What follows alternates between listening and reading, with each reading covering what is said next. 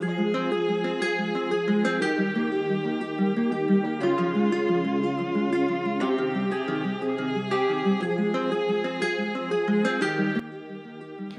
দেশে ভিন্ন ধর্মাবলম্বী মানুষের বসবাস, তাই আমরা প্রায় সকল ধর্ম সম্পর্কে কম বেশি জ্ঞান অর্জন করেছি। বিশ্বের সকল ধর্মের মধ্যে খ্রিস্টান ধর্ম সম্পর্কে প্রায় সকলেই জানেন। সারা বিশ্বে এই ধর্মের অনুসারীরা ছড়িয়ে আছেন।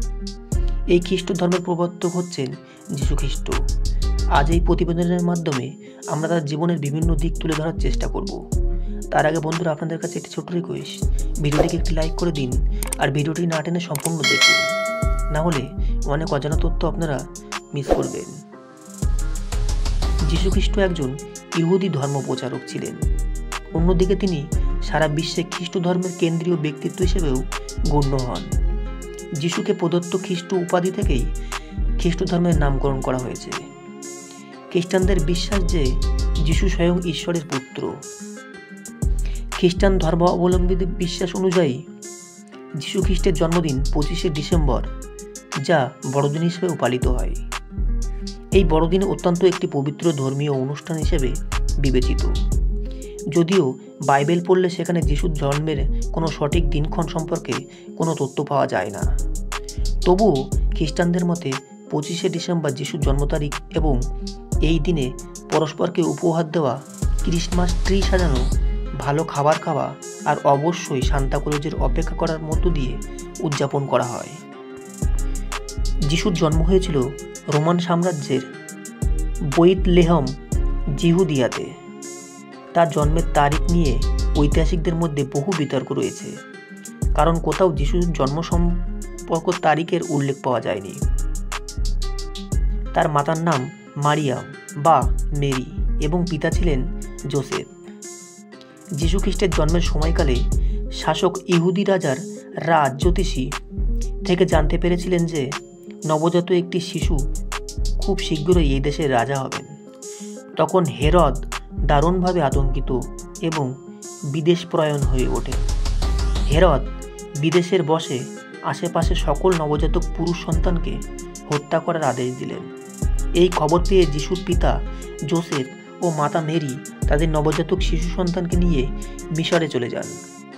পরবর্তীতে রাজা হেরোদের মৃত্যু ঘটার পর যিশু নিজ প্রদেশে নাজরাতে ফিরে আসেন। যিশুকে অনেকেই ঈশ্বরের স্বরূপ বলে মনে করতেন, কিন্তু যিশু কখনো নিজেকে ঈশ্বরের বলে দাবি করেননি।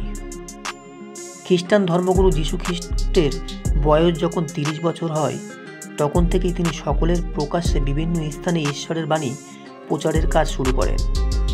যিশু একান্ত সাধারণ ভাষায় ধর্ম প্রচার করতেন। তিনি গল্পের মতো বাণী শুনিয়ে সকলের মনে ধর্মীয় বিশ্বাস জাগ্রত করার চেষ্টা করেন। ঈশ্বরের বাণী প্রচারের সাথে যিশু সকলকে ডেকে বলতেন, মানুষকে ভালোবাসতে শেখো, মানুষের সকল অপরাধ ক্ষমা করে দাও, যারা তোমার শত্রু তাদেরকেও ভালোবাসো। মানুষকে ভালোবাসলেই ঈশ্বরও তোমাদেরকে ভালোবাসবেন। যিশুর এরূপ মহান উপদেশগুলো শুনে আশেপাশের মানুষজন দল বেঁধে তার কথাগুলো শোনার উদ্দেশ্যে আসতে থাকে। এইভাবেই ধীরে ধীরে তার অনুসারীর সংখ্যাও বাড়তে থাকে। যিশুর মুখে বলা অমৃতবাণীগুলো শোনার জন্য সকলে যেন আকুল হয়ে থাকত। খ্রিস্ট ধর্মগুরু যিশু একজন ঐতিহাসিক ব্যক্তিত্ব ছিলেন।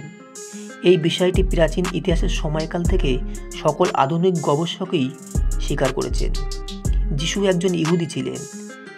তিনি বাপ্তিস্মদাতা যোহন কর্তৃক দীক্ষিত হবার পর থেকে ধর্ম পরিচর্যা ও প্রচারণা শুরু করেছিলেন। তিনি সর্বদা মৌখিকভাবে নিজের ধর্মীয় প্রচারকার্য করতেন। প্রায়শই তাকে রব্বি বলে সম্বোধন করা হতো। সময় বিশেষে যিশু তার সঙ্গী ইহুদিদের সাথে ঈশ্বরকে অনুসরণ করার শ্রেষ্ঠ উপায় নিয়েও বিতর্কে অবতীর্ণ হন। অন্যদিকে তিনি আশেপাশের রোগগ্রস্তদেরকেও আরোগ্য দান করতেন।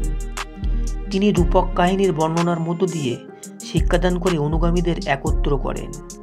একসময় যিশুর বিরুদ্ধে রাজদ্রোহ করার আরব সিজারকে রাজস্ব দানে বাধা দান করা এবং নিজেকে রাজা বলে ঘোষণা করার মতো অভিযোগগুলো আনা হয়।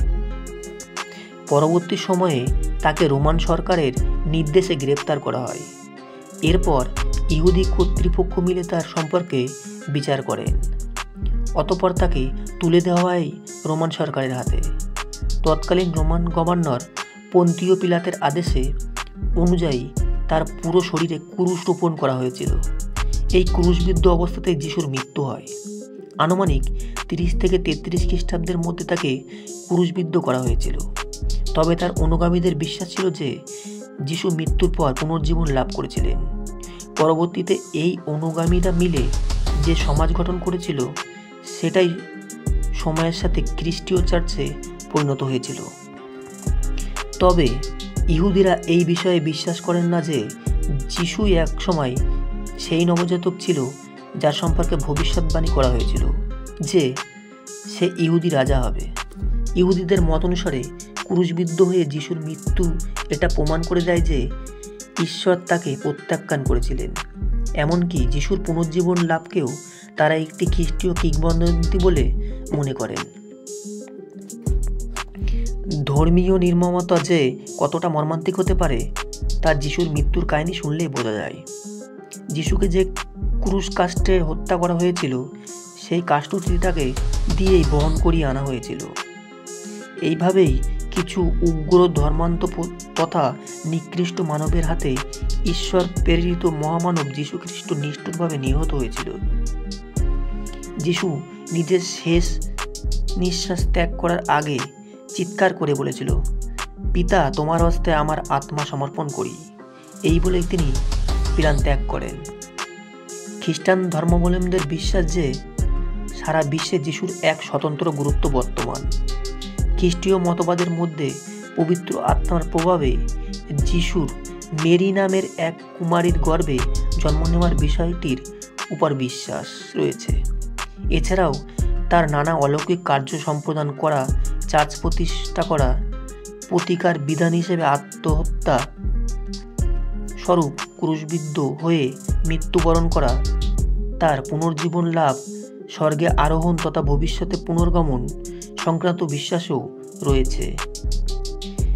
যিশুর ক্রুশারোহণের দিনটি ছিল শুক্রবার। পরবর্তী সময়ে তার অনুরাগীরা দিনটিকে গুড ফ্রাইডে হিসাবে পালন করতে শুরু করে এবং যিশুর পুনর্জীবনের দিনটি ইস্টার হিসাবে পরিচিত পায়। যিশু খ্রিস্টের জন্মের উপর ভিত্তি করেই সালের গণনীতি শুরু করা হয়। যিশুর জন্মের পূর্বের যে বছরগুলোকে গণনা করা হয় সেগুলো হলো খ্রিস্টপূর্ব। এই গণনা রীতি অনুযায়ী সংখ্যা হিসাবে কোনো শূন্য বছর নেই। যিশু খ্রিস্টের জন্মের বছরটিকেই খ্রিস্টপূর্বাব্দের বছরগুলো শেষ বছর এবং খ্রিস্টাব্দের প্রথম বছর হিসেবে ধরা হয়। যিশু ইসলামে ঈসা হিসাবে পরিচিত। ইসলাম ধর্মে তাকে আল্লাহর একজন গুরুত্বপূর্ণ নবী তথা মাসিহা বলে বর্ণনা করা হয়। মুসলমান ধর্মাবলম্বীরা বিশ্বাস করেন যে খ্রিস্ট ধর্ম প্রবর্তক যিশু একজন শাস্ত্র আনয়নকারী তথা রাসূল ছিলেন। তবে তারা যিশুকে কখনো ঈশ্বর পুত্র বলে মনে করেননি। কুরআনের বর্ণনা অনুসারে যিশু খ্রিস্ট নিজেকে কখনো নিজের ঈশ্বরত্বের দাবি করেননি। তবে মুসলমানরা মনে করেন যে যিশু কখনো ক্রুশবিদ্ধ হননি, বরং ঈশ্বর নিজে তাকে সশরীরে স্বর্গে তুলে নিয়েছিলেন। তো বন্ধুরা, আজকে এই যীশু খ্রিস্ট প্রতিবেদনটি আপনাদের কেমন লাগলো তা কমেন্ট করে জানাবেন। এমনই সুন্দর সুন্দর ভিডিও পেতে হলে দেখতে থাকুন WB মাওয়ালি চ্যানেল। ততক্ষণে আপনারা ভালো থাকুন, সুস্থ থাকুন আর চোখ রাখুন WB মাওয়ালি।